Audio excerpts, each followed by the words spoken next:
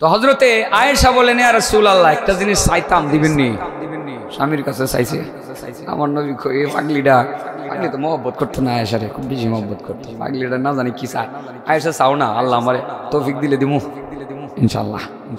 আয়েশা কই, ইয়া রাসূলুল্লাহ, আমি কিছু চাই না, আমি শুধু যেহেতু ফ্রি আছেন, আপনি একটু মন খুললা, আল্লাহু আকবার, মন খুললা আপনি আমার লাগে দোয়া করবেন। খালি এখন দোয়া শুরু করে দিবেন, আর আমি পিছন থেকে কুমু আমিন, আল্লাহুম্মা আমিন। আমি কিচ্ছু চাই না, দোয়া চাই। কিছু চাই না, কি চাই? বুদ্ধিমান বউ দোয়া চাই। কারণ সারা পৃথিবীর সমস্ত মানুষের দোয়া একদিকে, আর স্বামীর দোয়ার ওজন আরেক দিকে। কারণ দোয়ার ফ্যাক্টরি ঘরের মধ্যে থুইয়া আমরা দেশের ব্যাককল মহিলাটি এদিকে দরবারে দরবারে গিয়ে গিয়ে ঘুরে। ব্যাককল এটি বুঝে না দোয়ার ফ্যাক্টরি কোন জায়গায়। বলেন দোয়ার ফ্যাক্টরি কোন জায়গায়? সারা পৃথিবীর দোয়া একদিকে, স্বামীর দোয়া আরেকদিকে। মহিলাদেরকে কয়ে হয়ে গেলাম আসল কথাটা, পারলে হাদিয়া আমার লাগে ফাটাইয়া দেন। আপনার আর মাজারে মাজারে দৌড়ন লাগতো না। রাতের বেলা স্বামী ঘরে গেলে খেদমত করে খাওয়াইয়া কইবেন, হাত উঠায় আপনি একটু দোয়া করুন। এই দোয়া আল্লাহর কাছে অত্যন্ত দ্রুত গতিতে উঠবে। স্ত্রীর জন্য স্বামীর দোয়ার পাওয়ার অনেক বেশি, অনেক। মহিলারা বুঝে না, আজকে বুঝাই দিলাম। হাদিয়া বেশি দিব, প্রয়োজন আজকে সাদা উঠাও দিক হারাই টেয়া দেবো বেশি ইনশাআল্লাহ। কারণ আসল ঠিকানা কই দিছি। আসুন, দোয়ার ঠিকানা কোন জায়গায়? ঘরে। ফ্যাক্টরি কোন জায়গায়? আয়েশা কই, ইয়া রাসূলুল্লাহ, আমি কিছু চাই না। ইয়া রাসূলুল্লাহ, টাকা চাই না, পয়সা চাই না, ভ্যানিটি ব্যাগ চাই না, কোনো জামা চাই না, হীরা মণি মুক্তা কিছুই চাই না। নবী গো, শুধু আপনার দোয়াটাই আমি চাই। ইয়া রাসূলুল্লাহ, উদউল্লাহ লি, আমার জন্য আপনি একটু আল্লাহর কাছে দোয়া করেন, আমি শুধু দোয়াটাই আপনার কাছে চাইতেছি। নবী চিন্তা করলেন, আমার স্ত্রীরা কিচ্ছুই চাইছে না, শেষ পর্যন্ত দোয়া খালি চাইছে। এই জায়গাতে আমার কিপটামি করা ঠিক হইতো না। নগদের নগদ হাত দুটা আকাশ পানে উঠাইয়া দিছে। আল্লাহুম্মা গফির লি আয়েশা মা তাকদ্দামা মিন যামবিহা ওয়া মা তাআখার ওয়া মা আসরাত ওয়া মা আ'লানাত। আল্লাহ, আমার আয়েশার গুনাহগুলো তুমি মাফ করে দাও, পিছনের গুনাহ মাফ করে দাও, সামনের গুনাহ মাফ করে দাও। আয়েশা যেসব গুনাহ প্রকাশ্যে করছে সেগুলো মাফ করে দাও, যেসব গুনাহ আয়েশা গোপনে করছে সেগুলো মাফ করে দাও। এইভাবে আমার নবী দোয়া করতেছেন, আর আয়েশা পিছনে হাত উঠাইছে। নবীর দোয়া শুননা হযরত আয়েশার বয়স তো কম ছিল, হাসতে শুরু করছেন। হাসতে হাসতে হাত্তা সাকাতারা সুহা ফি হিজরিহা, হযরত আয়েশার কপালটা তার কুলের মধ্যে লাগিয়ে গেছে, মানে গুলিয়ে গেছে। ছোট বাচ্চারা কুতকুতানি দীক্ষা দীক্ষা এটা আস্তে আস্তে গুলিয়ে যায়। ঠিক আছে না? আয়েশা বয়সে কম ছিল তো, অনেক ছোট বয়সে আল্লাহ নবী বিয়ে করছে। আমার নবী খুব খিরি, আমি দোয়া করি, তা আসে কেডা পিছনে চায় দেয়, আয়েশা আস্তে আস্তে গুলিয়ে গেছে। আল্লাহ নবী কই, আয়েশার কি দোয়া, ইয়া আয়েশা, আয়েশা আমি যে দোয়া করলাম তুমি দেখা খুব খুশি হয়েছো নাকি? এটা আশ্চর্য কথা না? আপনি দোয়া করলে আপনার বউ যদি পিছন দিয়ে হাসে কেমন লাগবে? আপনার হাসি উঠতেছে দোকানে, কিন্তু আমার নবীর হাসি উঠছে না। দিকে চাই আয়েশার, আয়েশা আয়া সর কি দোয়া, তুমি কি আমার দোয়া শুনি না খুব বেশি খুশি হয়ে গেলা? ইয়া রাসূলুল্লাহ, বেশি খুশি হয়েছি মানে অনেক খুশি হয়েছি। কেরে এত খুশি কেন? ইয়া রাসূলুল্লাহ, ইয়া হাবিবাল্লাহ, আপনি যে আমার জন্য দোয়া করতেছেন, আপনি আমার স্বামী। শুধু তো আপনি আমার স্বামী না, আপনি নবী, আপনি নবীদের নবী, আপনি ইমামুল আম্বিয়া, আপনি সাইয়্যিদুল আম্বিয়া, আপনি আশরাফুল আম্বিয়া, আপনি খাতামুন নবীন, আপনি রাহমাতুল লিল আলামিন। আবার আপনি হইলেন হাবিবুল্লাহ, আল্লাহর বন্ধু। এত বড় নবী, আপনি আমার স্বামী। আমি দেখতেছি আপনি আমার জন্য দোয়া করতেছেন, আর সেই দোয়া ডাইরেক্ট কবুল হইয়া যাইতেছে। সেই জন্য আমার বড় আনন্দ লাগতেছে, আমি খুশি হইলাম, খুশি হইয়া হাসতে শুরু করলাম। হাসতে হাসতে আমার কপাল কুলের মধ্যে লাগাইয়া গুল হয়ে গেলাম। আল্লাহর নবী আবার আয়েশার দিকে তাকাইয়া বলেন, আয়েশা,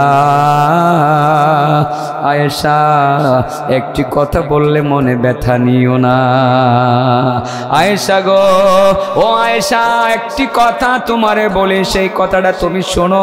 আজকে তোমার জন্য দোয়াটা করলাম, সত্যি সত্যি মন খুলে তোমার জন্য দোয়া করেছি। এমনি তো করি, কিন্তু এমনভাবে ফ্রি মেজাজে তোমার জন্য এমন দোয়া আমার জিন্দিগিতে আমি আর করি নাই। আজকেই মাত্র তোমার জন্য এই দোয়াটা করলাম, এই জীবনের প্রথম আজকে তোমার জন্য এই দোয়াটা করলাম। আয়েশা গো, একটি কথা মনে রাখো, আমার বর্তমান এই জমানায় আমার যত উম্মত আছে এবং আগামী দিনে কিয়ামত পর্যন্ত আমার যত উম্মতের আগমন ঘটবে, মাসিমপুরের উম্মত, সরারচরের উম্মত, বাজিতপুরের উম্মত যারা হবে, কিয়ামত পর্যন্ত আমার যত উম্মত দুনিয়াতে আসবে, আয়েশা গো, তোমার জন্য আজকে যে দোয়াটা জীবনে আজকেই প্রথমবারের মতো করলাম, এই দোয়াটা আমি দৈনিক 5 ওয়াক্ত নামাজের পরে আমার সমস্ত উম্মতের জন্য 10 বার, দৈনিক 5 বার আমি করতে থাকি। তোমার জন্য করলাম জীবনে একবার, উম্মতের জন্য এই দোয়াটা করি আমি দৈনিক 5 বার। উম্মতরে বেশি মহব্বত করছে না? এই নবীর নাম শুনে দুরুদ না পড়লে আমি যে কুছি বাইরামো, এটা ঠিক আছে না? বাইরে নিয়ে দরকার করবেন তো, বলেন সাল্লাল্লাহু আলাইহি ওয়াসাল্লাম, সাল্লাল্লাহু আলাইহি ওয়াসাল্লাম, সাল্লাল্লাহু আলাইহি ওয়াসাল্লাম। দুরুদের অনেক ফজিলত আছে, ফজিলত আজকে আমি বললাম না। দুরুদ সব সময় দুরুদের আমলটা করবে। আপনি বুজুর্গানের দিনের বক্তব্য, দুরুদ পড়লে আল্লাহ ঋণ ঋণ ঋণ দূর করে দেয়, আল্লাহ ঋণ পরিশোধ করার তৌফিক দেয়। দুরুদ পড়লে শান্তি নাজিল হয়, কি নাজিল হয়? আল্লাহ খুশি হয়। দুরুদ পড়লে কেটা খুশি হয়? এই দুরুদের আমল করব। কয়টা মেসেজের কথা কইছিলাম? 1 নম্বর মেসেজটা কোন জায়গা থেকে পাঠাইছে? কাবা। কাবা কোন জায়গায়? সিডাগাং নাকি রাজশাহী? মক্কা শরীফ। হ্যাঁ, কাবা মক্কা শরীফ না? আল্লাহর ঘরের পাশে দাঁড়ায়া ফেরেশতা একজন বলতেছে, এই আল্লাহর বান্দারা, আগে সিরিয়ালে 1 ধরো, পরে শূন্য চিন্তা করো। প্রথম কি?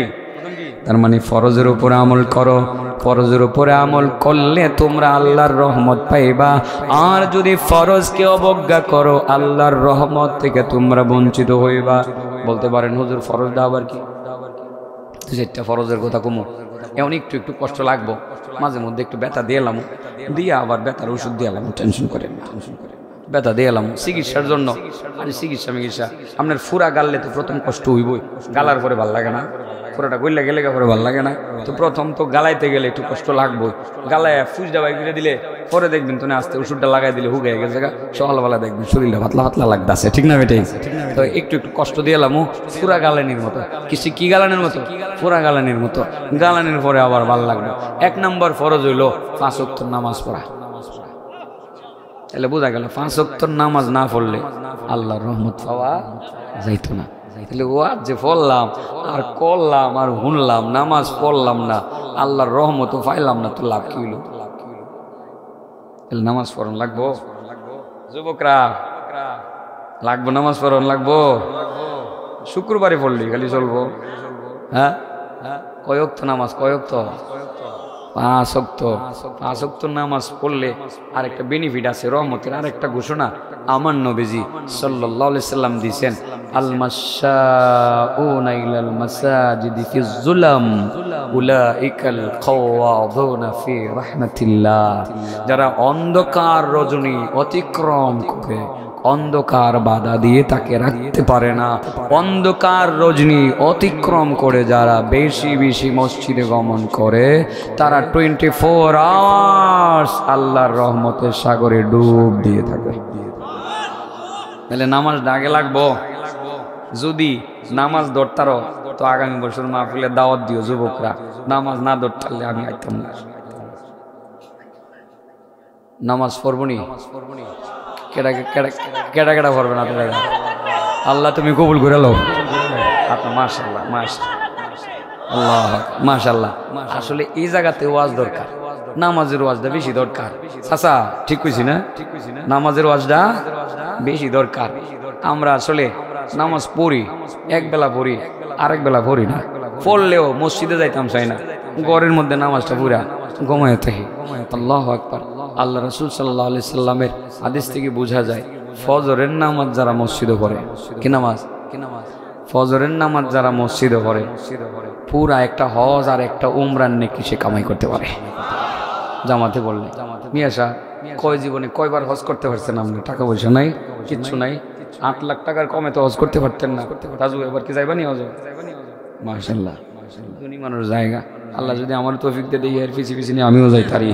হ্যাঁ, আল্লাহ যদি নেয়, রেজিস্ট্রেশন করছি, আল্লাহ নেয় আর কি, রেজিস্ট্রেশন করছি। আপনি ফজরের নামাজটা নিয়ত করে পড়বেন যে আল্লাহ আমি তো হজে যাইতাম পারতেছি না, আমার টাকা নাই, জামাতে ফজরের নামাজটা পড়লাম।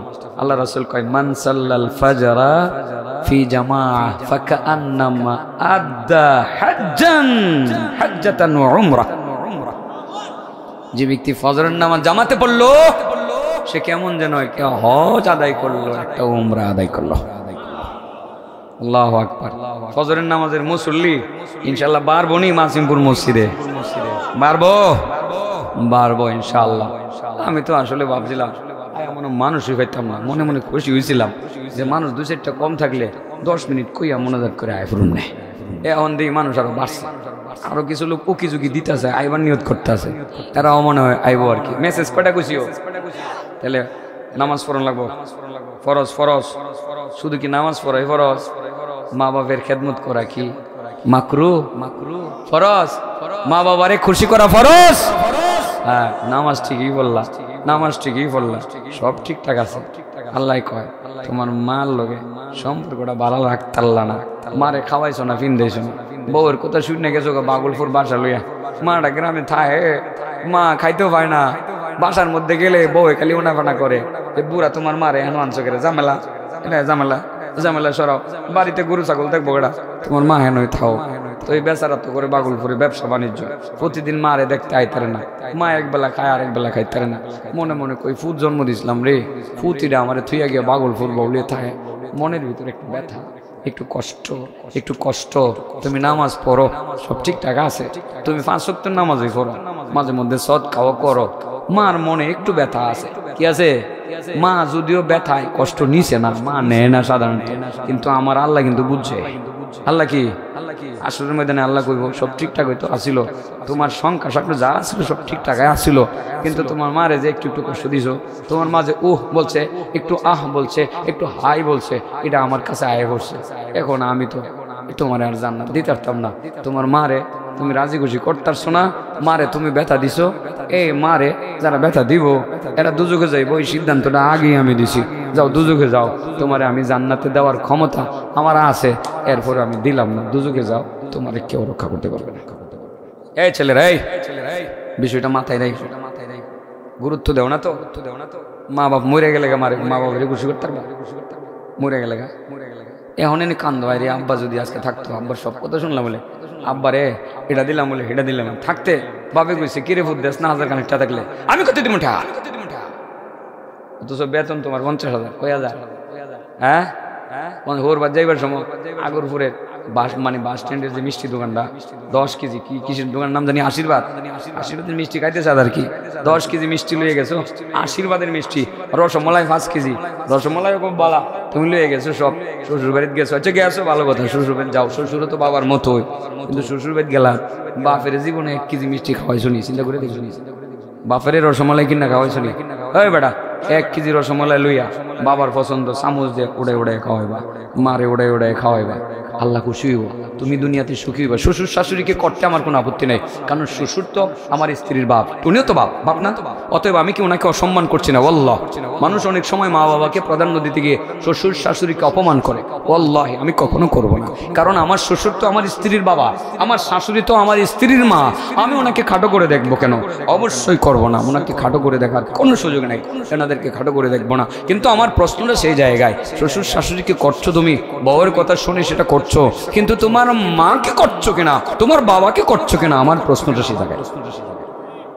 শ্বশুর বাড়িতে সবসময় তো আর যাও না, মাঝে মধ্যে যাও না, শ্বশুরের জন্য নিয়ে যাও, শ্বশুরের পছন্দের জিনিসটা নিয়ে যাইবা, শাশুড়ির পছন্দের জিনিসটা নিয়ে যাইবা। তোমার তৌফিক থাকলে এটা বরং ভালো। আমি সাপোর্ট করি, আমি করি তো। আমার শ্বশুরের জন্য, আমার শ্বশুরের কোন মাছটা পছন্দ ছিল, আমি আমার ওয়াইফকে বলতাম যে আব্বার জন্য একটা মাছ কিনে পাঠাও, ওই মাছটা বড় মাছ, তুমি খাবে না। আমার শাশুড়ি কোনটা পছন্দ সেটা বলি যে কিছু করবা এরকম, কারণ তোমার তো বাবা, তোমার তো মা। শ্বশুর মহাশয় নাই, আমার বাবাও নাই, আমার মা আছে, আমার শাশুড়ি আছে, দুইজন আলহামদুলিল্লাহ ভালো আছে। শারীরিকভাবে অসুস্থ থাকলেও ভালো আছে। দুইজনেরই যত্ন করা লাগবে, মায়ের যত্ন করা লাগবে এবং শাশুড়িকে যত্ন করার জন্য তোমার স্ত্রীকে তোমার অনুমতিও দেওয়া লাগবে। অনেক সময় দেখা যায় যে তোমার যত্ন করতে করতে তোমার শাশুড়ি সেদিকে মেয়েটাকে কামনা করতেছে, মা তুমি তো যদি আইতে, হ্যাঁ তুমি যদি আসতা, দেখা গেল তোমার যত্ন করতে গিয়ে, স্বামীর যত্ন করতে গিয়ে মার যত্ন করতে পারে না। তুমি মাঝে মধ্যে ইচ্ছাকৃতভাবে অনুমতি দেবা, যাও 2 দিন গিয়ে তোমার মায়ের সেবা করে, তা না হয় তোমার মায়ের সঙ্গে করে নিয়ে আসো, এখানে রাখো, আমার মা আর তোমার মা একসাথে থাকবে। কোনো অসুবিধা আছে? হ্যাঁ অসুবিধা আছে? কোনো অসুবিধা নাই। দুইজনের জন্য সুন্দর একটা খাট পালং বানায় দিবা, আপনারা 2 বিয়াই এখানে বসে বসে নামাজ পড়বেন, আল্লাহরে ডাকবেন আর গল্প করবেন। অসুবিধা আছে? কোনো অসুবিধা নাই। বন্ধুরা, মা বাবাকে যত্ন করা, মা বাবাকে খুশি করা, এটাও ফরজ। যদি এই ফরজটা আদায় না করো, আল্লাহর রহমত থেকে বঞ্চিত হইবা। আল্লাহ কইব তোমার মারে তুমি যত্ন করলা না, আমার রহমত আমি তোমারে দিব। ক্লিয়ার? বিষয়টা ক্লিয়ার? হ্যাঁ, তাহলে মা বাবার যত্ন করা এটাও ফরজ, নামাজ পড়া এটাও ফরজ। শুধুমাত্র পুরুষের কইলাম, মহিলারা কেমন লাগতো না? পর্দা করা, হ্যাঁ নামাজ তো 5 বার ফরজ। নামাজ কয়বার ফরজ? পর্দা মহিলাদের সবসময় ফরজ, সবসময় পর্দা করা লাগবে। হ্যাঁ হ্যাঁ, পর্দার ক্যাটাগরি আছে, কিছু কিছু পর্দা আছে ওই পর্দাটা স্বামীর সামনে করা লাগবে না, ঠিক আছে না? কিন্তু স্বামীর আউটে আসলে সেই পর্দাটা অবশ্যই করা লাগবে। মহিলাদের জন্য পর্দা করাও ফরজ। তার মানে বোঝা গেল যেসব মহিলারা পর্দা করে না তারা আল্লাহর রহমত পাবে না। এই জন্য বেপর্দা নারীরা চেহারা অনেক সুন্দর, বেপর্দা চলে, ওই দিন যে কি বাইরে যখন যায় মেকআপ টেকআপ লাগায়া যায়, মানুষে খালি সাইয়াত আহে, খালি সাইয়াত আহে, চেহারার মধ্যে কি যেন একটা আকর্ষণ, এটা মেকআপ টেকআপ লাগায়া গেলে এই বেপর্দা চলতে চলতে তার চেহারার মধ্যে একটা ছাপ আয়, কি আয়? একটা ছাপ আয়। যদি কোনোদিন বিউটি পার্লারে যায়, গিয়া পরে ঘন্টা 2 পরে যদি কোনো রহমকালে মুখটা ধুই করে, চেহারার দিকে চাইলে মনে হয় যে আল্লাহর গজব নাজিল হয়ে গেছে এখান থেকে, রহমত তো আইসে না, চেহারার মধ্যে কুদাল দিয়ে কুবাইয়া ডেন কেটে তুই দিছে। আল্লাহর রহমত থাকে না তো? আরে আল্লাহর রহমত থাকে না, বেপর্দা নারীদের সৌন্দর্য বেশি দিন থাকে না। পক্ষান্তরে যেই নারীটা সুন্দরী, পর্দা বসে দেয়, তা হ্যাঁ 60 বছর বয়স হইল, দেখবেন চেহারাটা না আমটার মতো সুন্দর দেখা যায়। মা বোনদেরকে বলি, সৌন্দর্য ধরে রাখতে চান, পর্দার ভিতরে চলে। পরীক্ষিত কথা বলছি, অনেক মহিলাদেরকে দেখবেন পর্দা বসে দেয় চলে, 60-65 বছর বয়স, আলহামদুলিল্লাহ চেহারার মধ্যে থেকে আল্লাহর দেওয়া নোটটা এখনো যায় নাই। আর এটার মাত্র 30-35-40 বছর হয়েছে, বড় কেমন জানি বেড়া বেড়া লাগে। সত্য কথা, বেড়া বেড়া লাগে, মনে হয় যে কুবাইয়া ডেন কেটে তুই চেহারার মধ্যে। আর একটু রেকর্ড হয়ে যাইতেছে, আমি যে এইরকম কথা কই লাইতেছি, দিব তো সাইরাইডি। এটা মহিলাদেরকে বলতেছি, মা বোনেরা আল্লাহর হস্তে বলি, আল্লাহর হস্তে বলি, আল্লাহর রহমত পাইতে চান, পর্দা করেন। কি করেন? আল্লাহর রহমত দুনিয়াতেও পাইতে চান, আখিরাতেও পাইতে চান, আপনি পর্দা করেন, আল্লাহর হুকুম মানেন, পর্দার ভিতরে চলে আসেন, আল্লাহর রহমত দুনিয়াতেও পাবেন, আপনি আখিরাতেও আল্লাহর রহমত পাবেন। কয়টা ফরজের কথা বলছি? হ্যাঁ, বেপর্দা নারীদের শাস্তি সম্পর্কে আজকে আমি আর কোনো কিছু বললাম না। বিষয়টা মনে রাখেন, একজন ফেরেশতা 24 আওয়ার্স মেসেজ দিচ্ছে, কোত্থেকে? কাবা থেকে, যে তোমরা ফরজ ধরো, আল্লাহর রহমত পাইবা, ফরজকে অবজ্ঞা করলে রহমত পাইবা না, রহমত থেকে বঞ্চিত হইবা। ওয়াজ শেষ করে ফেলি 2 মিনিটের ভিতরে। কথা বলতে বলতে কুইতে কুইতে কুইতে কুইতে মুখ বাড়ে, খাইতে খাইতে ফ্যাট বাড়ে, খালি কইতে আসি, খালি কইতে আসি, আর কথা খালি বাড়তি আছে, বাড়তি আছে। বাড়াইলে আরো বাড়বো, আর দরকার নাই, আশেপাশে আরো যেদিন আমো সেদিন কইয়ে থুয়ে যাবো না ইনশাল্লাহ। 2 নম্বর জানি একজন ফেরেশতা কোথায় খাড়া হয়েছে? আমার নবীর রোজার পাশে। কোন জায়গায়? মহব্বতের জায়গা, ভালোবাসার জায়গা। কিসের জায়গা? ভালোবাসার জায়গা। নবীর সালামটা ওখানে গিয়ে দিতে লাগে, কি শান্তিটা লাগে। আসসালাতু ওয়াসসালামু আলাইকা ইয়া রাসূলুল্লাহ আসসালাতু আসসালামু আলাইকা ইয়া হাবিবাল্লাহ আসসালাতু আসসালামু আলাইকা ইয়া রাহমাতাল লিল আলামিন। এনে গিয়ে সালামটা দিলে যে কি মজা লাগে, এটা আমি ওয়াজ করে বুঝাইতে পারতাম না, কোনোদিন বুঝাইতে পারছিও না, পারতাম না। এর মজাটাই আলাদা। ওই জায়গাতে দাঁড়াই একজন ফেরেশতা বলতেছে, এ দুনিয়ার মানুষ, মেসেজটা পুরো সবাই মেসেজ দিচ্ছি, আসরের মাঠে নবীর সুপারিশ চাও, যদি চাও নবীর সুন্নত পর্যায়ক্রমে একটা একটা বাস্তবায়ন করিও। যদি নবীর সুন্নতের প্রতি গুরুত্ব দিতে পারো, নবীর সুপারিশ তোমার জন্য অবধারিতভাবে হবে। আর যদি তুমি নবীর সুন্নতকে ইচ্ছাকৃতভাবে অবজ্ঞা করো, মনে রাখবা তুমি কিন্তু নবীর সুপারিশ থেকে বঞ্চিত হইবে। সুন্নত লাগবো নি, একটা একটা করে সুন্নত। আজকে মিসওয়াক ধরি, কি ধরি? মিসওয়াকটা ভালো হিসাব করে দেখছি আমি, ব্রাশ দামি দামি ব্রাশ ব্যবহার করি, পরে দেখি মিসওয়াকটা ব্যবহার করলে মনে হয় বেশি ভালো লাগে। হিসাব করে দেখছি ব্রাশেরটা বেশি লাস্টিং করে না, কতক্ষণ পরে মুখে গন্ধ, কিন্তু মিসওয়াকটা দিলে মনে হয় মুখটা পাতলা পাতলা লাগে। ঠিক আছে না? ঠিক আছে না? মিসওয়াক ব্যবহার করবেন, একটা সুন্নত, এটা ধরে লাভ। এরপরে সুন্নত ধরবেন দাঁড়িয়ে, অসুবিধা আছে কোনো? হ্যাঁ, কত বড় বড় নেতারা এখন দাঁড়িয়ে রাখে, অনেকে দাঁড়িয়ে রাখলে সরম দেখা যায়। মন্ত্রীর দাঁড়িয়ে আছে, আছে না? মন্ত্রীর দাঁড়িয়ে আছে, বড় বড় অফিসারদের দাঁড়িয়ে আছে, পৃথিবীর বড় বড় রাজাবাদশাদের দাঁড়িয়ে আছে, অসুবিধা কি? শরমের কি? দাঁড়িয়েটা নবীর সুন্নত, দাঁড়িয়েটা নাই আজকে থেকে নিয়ত করে এলেন দাঁড়িয়েটা আপনি রাখবেন আল্লাহ নবীর মহব্বতে। আসরের ময়দানে আল্লাহ নবী যখন বুঝবো যে আমার উম্মতটা আমার মহব্বতে দাঁড়িয়েটা রাখছিল, আমার সুন্নতটা ধরছিল, আল্লাহর কাছে কইবো, আল্লাহ আমার এই উম্মতটা আমার মহব্বতে দাঁড়িয়েটা রাখছিল, মাবুদ অনুমতি দাও না সুপারিশ করতাম, তার আমি একটু জান্নাতে নিয়ে দিয়ে সুবহানাল্লাহ করি। আমার নবী যদি এটা বলতে পারেন আল্লাহর কাছে, আমার নবীর কোন সুপারিশ কি আমার আল্লাহ অগ্রাহ্য করবেন? করবেন না। আল্লাহু আকবার। উনি হলেন গুনাহগার উম্মতের জন্য সুপারিশকারী, শাফিউল মুজনিবিন। আল্লাহু আকবার। হ্যাঁ, কটা গেল মেসেজ? 3 নম্বরটা আগুন লাগে যাবো করে, আক্ষরে আগুন। এখন কি করবো? আগুন নিবামো কেমনে? আগুন নিবামো কেমনে? 4 নম্বর কোথায় আছে? ফেরেশতা কোন জায়গায়? আরে ফিলিস্তিনে, জেরুজালেমে। বাইতুল মুকাদ্দাসে কোথায়? বাইতুল মুকাদ্দাসে আঙ্গিনে দাঁড়িয়ে বলতেছে, দুনিয়ার মানুষ, ইবাদত কবুল করাইতে চাও? তোমরা কি চাও তোমাদের সব ইবাদত কবুল হয়ে যাক? যদি তোমাদের ইবাদত আল্লাহর দরবারে কবুল আর মঞ্জুর করাইতে চাও, হালাল খাবার গ্রহণ করিও, হারাম থেকে দূরে সরে থাকিও। যদি হালাল খাইতে পারো তবেই তোমাদের ইবাদত কবুল হবে। যদি হারাম ভক্ষণ করো তোমাদের ইবাদত যা আছে সব বরবাদ হয়ে যাবে। আমার মনে হয় 3টা মেসেজ আমাদের ওয়াজের জন্য যথেষ্ট। ফরজ ঠিক মতো ধর্ম, আল্লাহর রহমত পামো, সুন্নত ধর্ম, নবীর সুপারিশ পামো, আর হালাল ধর্ম সমস্ত ইবাদত কবুল করাইতে পারবো। ইবাদত যদি কবুল হয়ে যায় আর কোনো সমস্যা নাই, কবুল না হইলে জাহান্নামে যাওয়া লাগবেই। আমি কি বুঝাইতে পারছি কথাগুলো? আজকে থেকে বিশেষ করে 5 ওয়াক্তের নামাজ ধর্ম, ফরজ হিসাবে মা বাবার খেদমত করবো, ফরজ হিসাবে মা বোনেরা আপনারা পর্দা করবেন, সুন্নত হিসাবে আমার নবীর সুন্নতের একটা সুন্নত বলে দিলাম, আজকা মিসওয়াক শুরু করে দিবেন, আগামীকাল থেকে দাঁড়িয়ে রাখার নিয়ত করবেন, এরপরে একটা একটা করে সুন্নত পালন করবেন। দৈনন্দিন জীবনে খাবারটা হালাল খাবার গ্রহণ করার চেষ্টা করবেন, করবো তো ইনশাআল্লাহ। হারাম, সুদ, ঘুষ, অন্য মিথ্যা বলে কামাই করা, অন্য হারাম থেকে নিজেকে দূরে রাখবো ইনশাআল্লাহ। আল্লাহ আমাদের ইবাদত কবুল করিয়া আমাদেরকে জান্নাতের ফয়সালা করবেন।